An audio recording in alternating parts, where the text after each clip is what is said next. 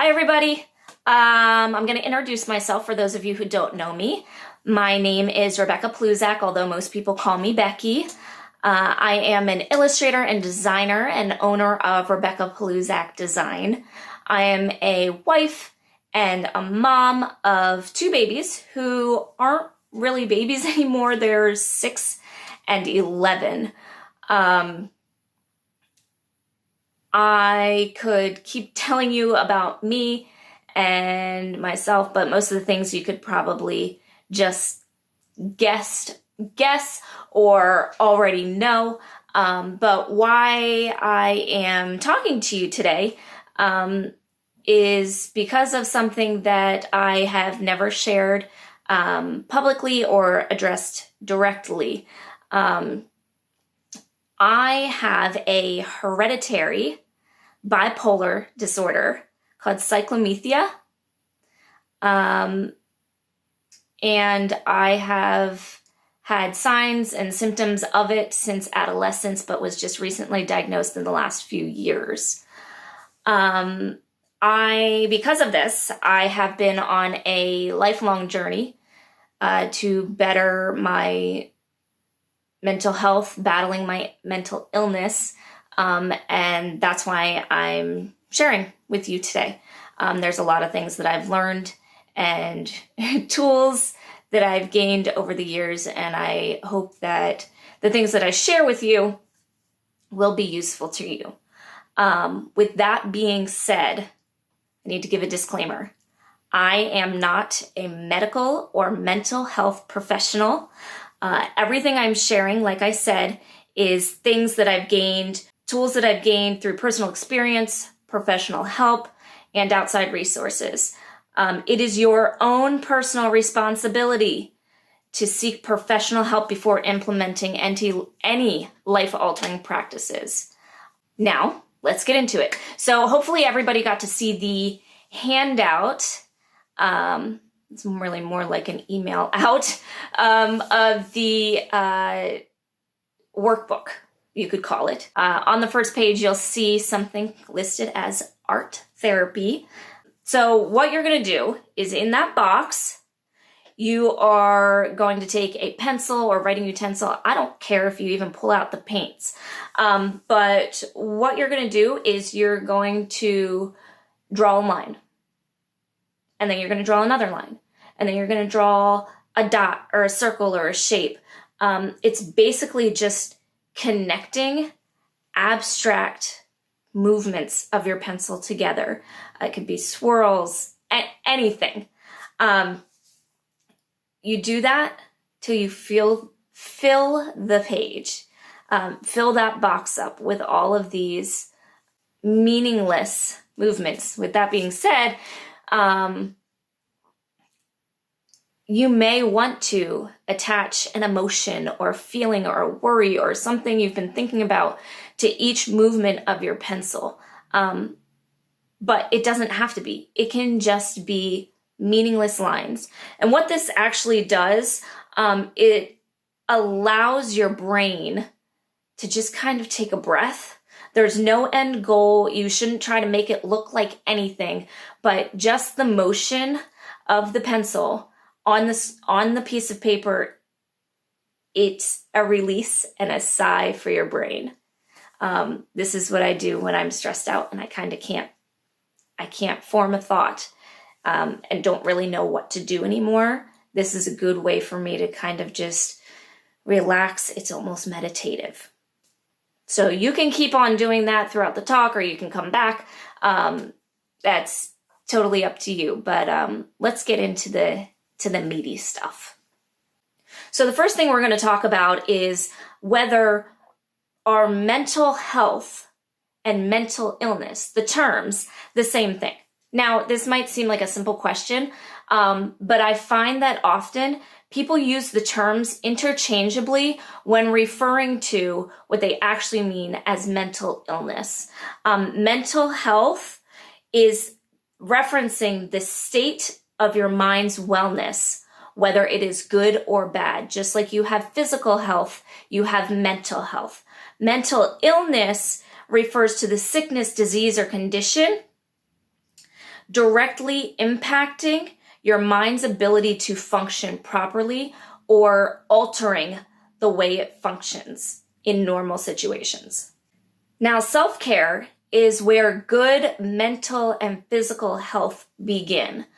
Self-care is the action of caring for every aspect of your health, including mind, body, and soul. Now, when caring for your mental health, there's one thing you should ask yourself. You may be giving your all to leave an impact on the world around you, but how much effort are you putting into caring for yourself? There are a lot of areas and ways and techniques that you can use to care for yourself, and a lot of the categories overlap, but we're gonna break them down into body, mind, and soul. The body. How do you care for your body? How do you self-care? The first one is the basics. You gotta drink. Hydrating your body is one of the most important things you can do. I tell my daughter all the time, your brain is an organ. If it dries out, it's not going to function properly. When your lips dry out, they get all cracked and bloody and sore. And why would you do that same thing to your brain? You have to keep it hydrated in order for it to work properly. And it also makes the rest of your body feel great. You're less sore. You don't feel as lethargic. Water is, no lie, the source of life. So make sure if you carry a water bottle around with you always, it does become a little habit, but it's a good habit to have water at your ready all the time. Next up is eating right. I find for myself that if I eat a lot of sugars or processed foods and even dairy and gluten, that it affects my body, which in turn affects my mind. I find that when I drink a lot of alcohol or have a lot of sugar, gluten, things like that, my anxiety gets worse. It flares up. Now, because I know that doesn't mean that I'm an expert and wonderfully self-disciplined at not eating those things. Big difference. Knowing and doing are two different things. But I know that those things affect me. So I try to avoid them to the best of my abilities, and do occasionally allow myself some things in those categories. During quarantine, it's been a little bit different, but hopefully we'll be back on the horse, no problem. Next up is exercise. Your body is built to move. So dance, workout, I even jog in place sometimes if I feel like I need to get up and move. There's great yoga resources. Yoga with Adriene is one that I found recently and actually used her anxiety meditative one. And there's a million resources, but you just need to get up and move, get up and go for a walk. Even if it's just laps around your house. I tell my kids if they haven't been, if they've been inside all day or something, I'll be like, all right, go outside and do 10 laps around the house. It can be walking, it can be running, but it just kind of gets them up and moving and gets their oxygen going. Another way to care for your body is sometimes to literally physically move yourself into another place. Being business owners, a lot of us, we sit at our desks in our offices and we don't get a new perspective. What can be healthy is to change that perspective, change your environment. Go to a coffee shop, a library, park, even your backyard if you have the ability. When I worked at home before, I don't have a laptop or a portable device. So I would literally set up my desktop computer outside just to get a different point of view. You can also update your living or working space. Give your office a refresh. Move some stuff around. Maybe if you can, even go as extreme as to switching rooms in your house. Move a bedroom into your office and an office into your bedroom. Like, move things around. Change in perspective is healthy, and it kind of gets your brain moving because it has to readjust to all these things. Another good one, another good way to help the wellness in your body is deep breathing. How often are you actually taking a deep breath, a deep enough breath to fill your lungs, to feel your rib cage expand? Doing a few of these in a row, again, helps your oxygen get to your brain, to your body. It's like a boost of oxygen to your body. Now, don't do it too many times or do it too fast because you might get lightheaded, but it is a good way to do a few times in a row, in through your nose and out through your mouth. So we're going to do that right now. So you're going to take a breath in through your nose for 4 seconds and then let it out of your mouth. Ready?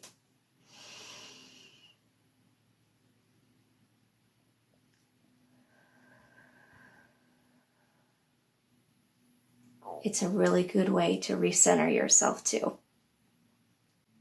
Next up, we're going to talk about some techniques to provide self-care to your mind. Some of the go-to techniques are meditation. You can do guided or with just, mind-clearing meditation with some background ambient noise. Journaling. Journaling is a great way to care for your mind. During the quarantine, to help me get started working from home, because I had a real rough time making the transition. I journaled, but I video journaled. I recorded myself talking, and it was like talking to a therapist, when in reality, I was just literally talking to myself. But it also helped being able to go back and see my emotions and see that I wasn't overreacting, that it was valid, that I could see myself and how I was struggling. A daily gratitude practice is also a great way to put yourself in a good state of mind. Either thinking or writing down 5 to 10 things that you've been grateful for the day before in the last 24 hours is a great way to train your brain to be on the lookout for those things. And being on the lookout for things that you're grateful for kind of changes your brain to focus more on the positive and the little small things. I mean, it could be as simple as like eating the last cookie out of a box or signing on a new client, like huge little things. See, huge little things, huge things or little things. Seeing a butterfly go by or getting a new house. Little things, little moments of gratitude that you can focus on and say, yeah, there are good things going on in life right now. Another thing that I'm a big advocate of doing for your mind is unplugging. Get away from screens. I know we're using a screen right now to communicate, and they can be wonderful, beneficial things. However, we are constantly in front of a screen. There's really no way to get away from it anymore. We use them for relaxation, for communication, for work.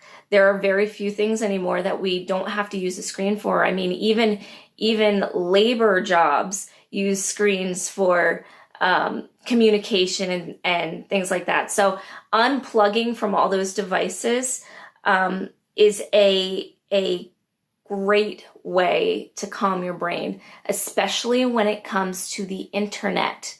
The internet can feel like a fire hose of information. And when we're trying to pack so much into our brain, there's no room for anything else. So cut off the information and unplug from everything, from all screens, and then you won't have access to the internet. Another thing that I'm a huge advocate of, and I do this regularly, is that I unplug from social media. I have been off of social media for a long time, up until now, when I've started focusing on my business again. I have found that when I'm on social media, I tend to, comparison is a huge problem. Instead of being inspired by other artwork, I compare myself to it and say, I will never be able to do that.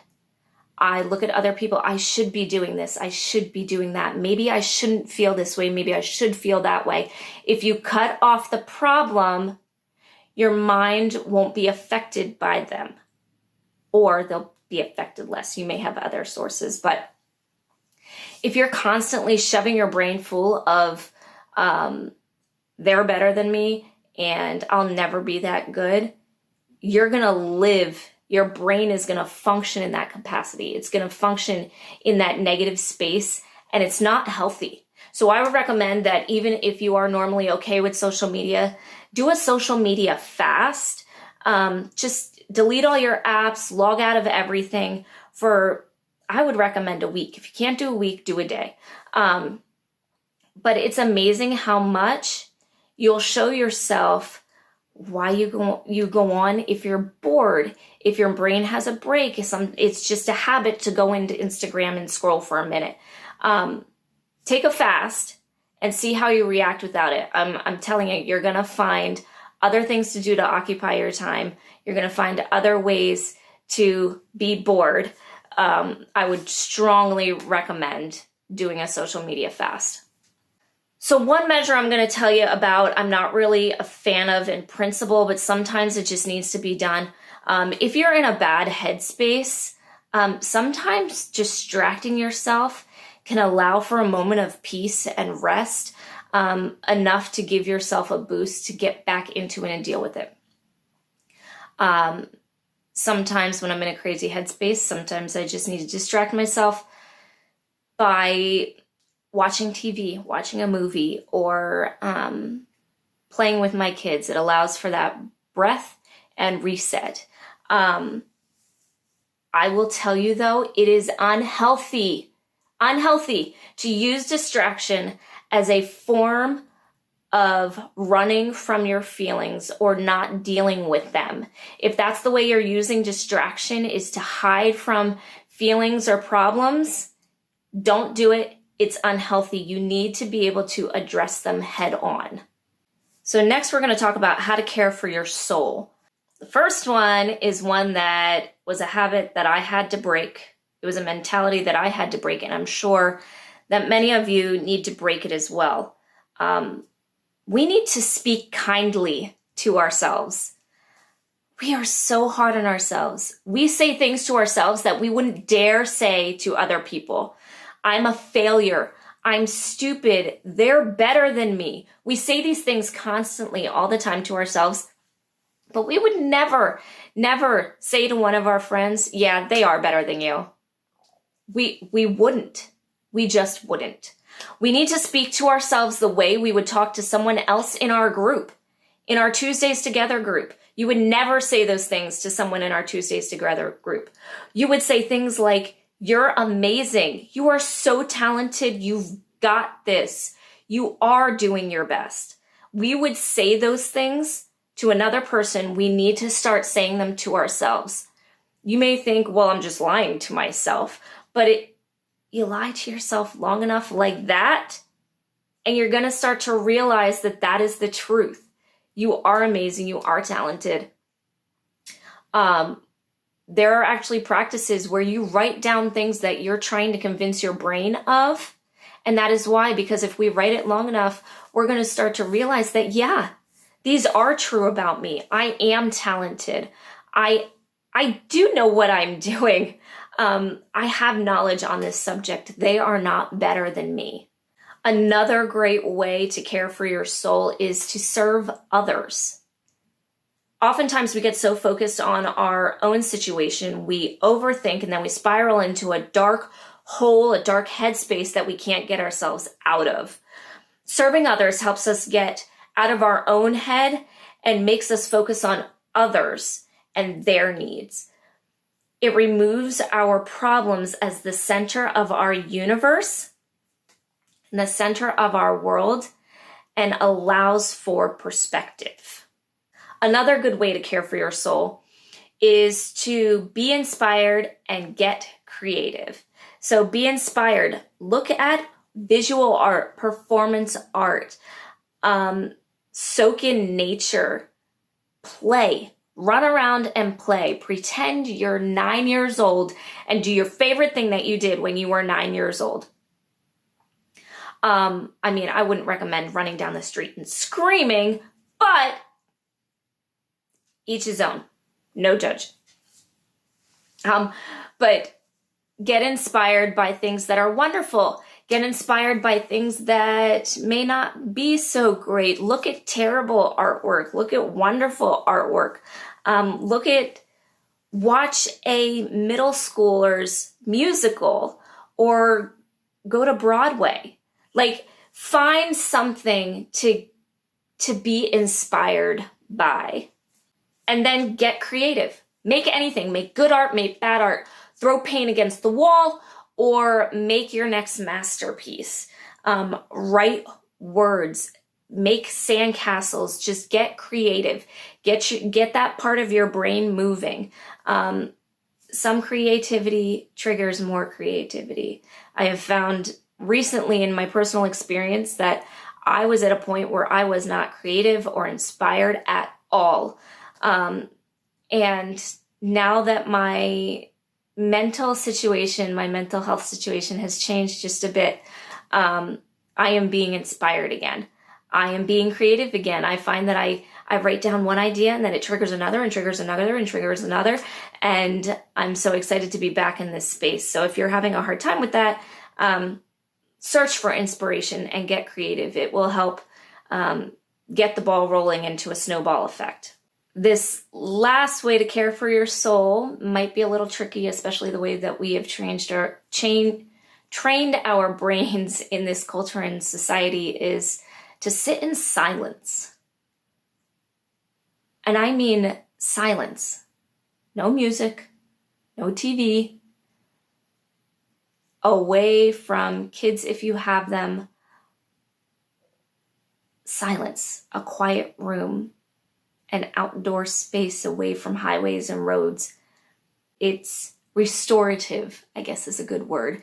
The one thing I will say about sitting in silence is that if you are suffering from a deteriorated mental state or suffering from a mental illness, sitting in silence can be hard.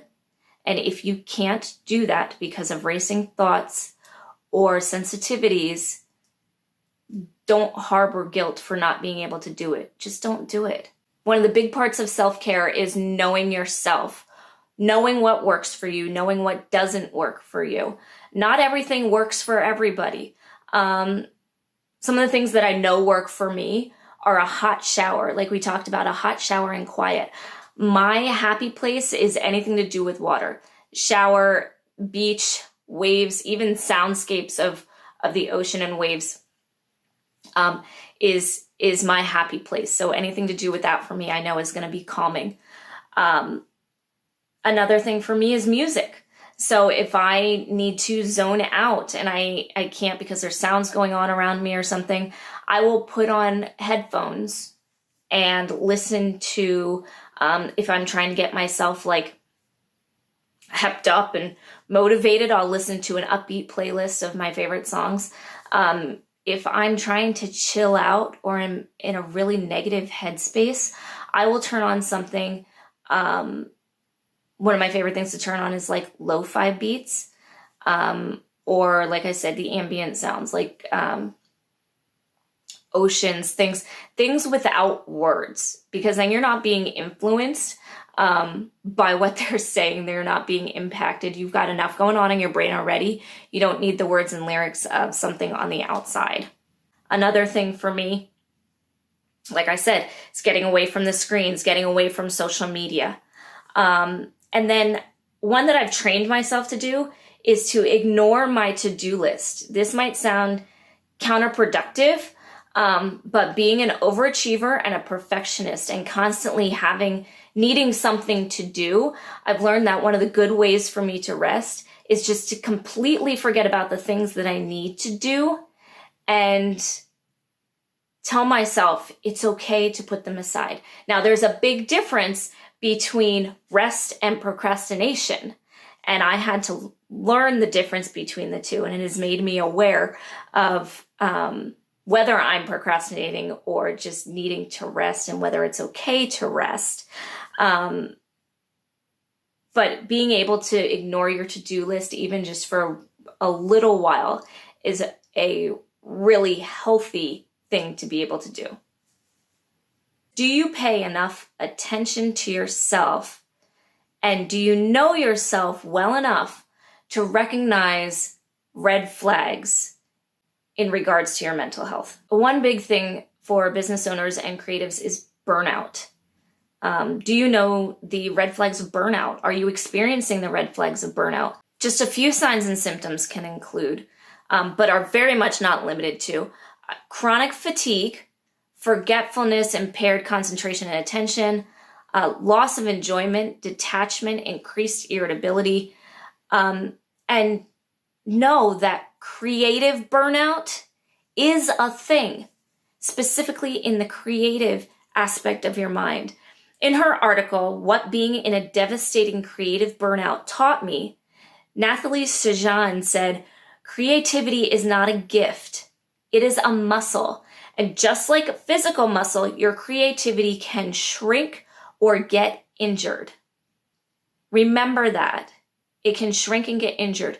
If you have an injured muscle, you're not going to keep using it and beating it because you're just going to destroy it more. You need to let it heal and recover before you start using it again.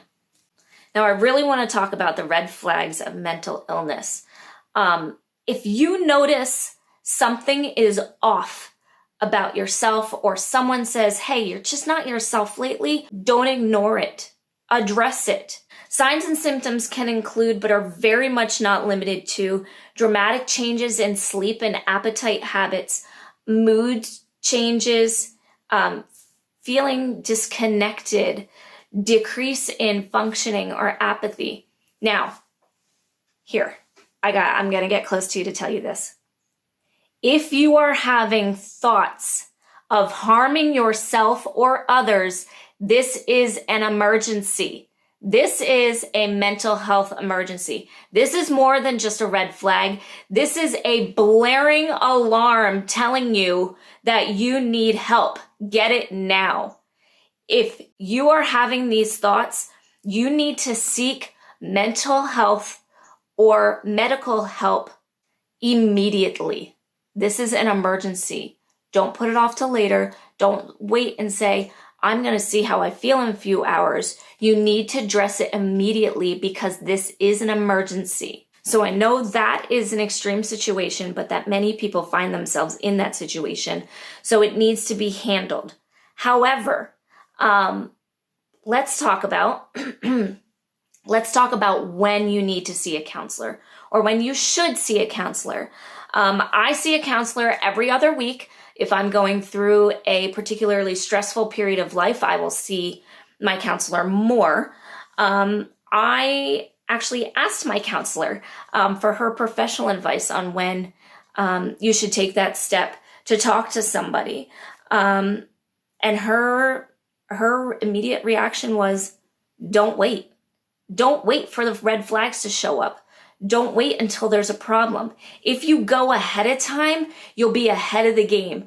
If you wait until there's a problem, you're going to have to do all of this makeup work before you can actually begin to heal and address the situation. I strongly recommend something that I like to refer to. I don't know if it's the actual term, but maintenance therapy. I think everybody should see a counselor at least once or twice a year, even if you are fine. My counselor said that if you have a healthy grasp of your emotions and you have fulfilling outlets and relationships, you may be okay not to see a counselor on a regular basis, but she still strongly recommended it. And it's this form of maintenance therapy. Maintenance therapy can help you grow as a person and process complex emotions and relationships, and it can improve your relationships with others. Why do we need to make mental health a specific topic with, an entire month dedicated to mental health awareness? It's because there's such a stigma attached to it. Why are we so hesitant to discuss a mutual trait of all of humanity? To share some of my own personal experience with the stigma of mental illness, it was very hard for me to use the term bipolar anxiety and depression when I was referring to myself, because The terms are used so flippantly in today's society. It makes me feel like I'm overreacting. Like, why should I be the person who actually legitimately struggles with these things? It's just an overreaction. Bipolar has the tendency to just mean like moody. You have the tendency to flip back and forth. Anxiety means that, you can't handle your life, that you're high strung. And depression is just that you can't handle your sadness, or you're a negative or pessimistic person. Often people with mental health issues and illnesses are great actors because of these stigmas. We learn to hide our true emotions and what we're actually going through because we don't want people to look at us with those judging eyes. We don't want people to think that we're moody or all over the place, or that we're high strung, or that, we're just really bad at handling our feelings. When in reality, mental illness is not something you can help. Just like a heart condition or cancer is something you can help. You can't. It is something that you live with, and we can fight it and we can battle it, but it's not something that we've caused on our own. We need to talk about mental illness, and we need to talk about how to care for mental health so that it becomes a normal dialogue and a normal conversation. Why are we afraid to say that we saw a counselor, or that we regularly go to therapy, or that, going to therapy is just something that they do in movies, or, when someone's having a problem? We're not afraid to say that we went to the doctor for a well visit, or that we went to the doctor because we were sick. Why are we so afraid to talk about and say that we went to therapy? We went and saw a counselor. Saying those things, the only thing that means is that we care enough about ourselves to be taking care of our whole body, not just the physical part, but the mental part too. And if you're struggling with mental health issues, or just having a bad mental state, which this whole quarantine has, I'm sure, affected a lot of people. Emotions are all over the place, whether you have mental illness or not. You're never alone. And that sounds so cliche, but we might feel like, oh my gosh, it's just me. I'm the only one who's struggling with this. Guess what? You're not. We love you. We think that you're a special person and you are unique. But when it comes to sharing this trait with all of humanity, you're not. People are going through the same exact things as you are. The more we talk about mental health and mental wellness, the more normalized it becomes. The less people will be afraid to talk about it openly and publicly. And that is why I am such a strong advocate on this topic. And now I feel like I can be a more open advocate on the subject. We need to normalize it. We need to make it part of normal, everyday life and conversation. I hope that something I shared helps you. In the handout, there are a whole list of questions that I kind of blazed right past, but I encourage you to go back and work on those things. There's a list of resources at the bottom. One I do want to point out in particular that I'm not sure will be on the handout. If you are struggling, talk to somebody you trust. You need to take a step. When I took a step was because I had the red flag that I was beginning to empathize and understand how people would want to end their life. I was not suicidal myself, but I started to understand how people could rationally do that. And that was a blaring alarm for me. So I asked a friend who had been vocal about her struggles with mental health and mental illness and honestly her suicide attempt. And she was vocal, so I felt that I could approach her. And she recommended a counselor, and now I have been with that counselor for years and have made so much progress and health and received my official diagnosis and have been able to have actual medical treatment with it. Please ask a friend, ask me, reach out. I am open on any of these topics, discussion about mental health. I really hope that something I said today can impact you and influence you. And I'm really looking forward to keeping this discussion going.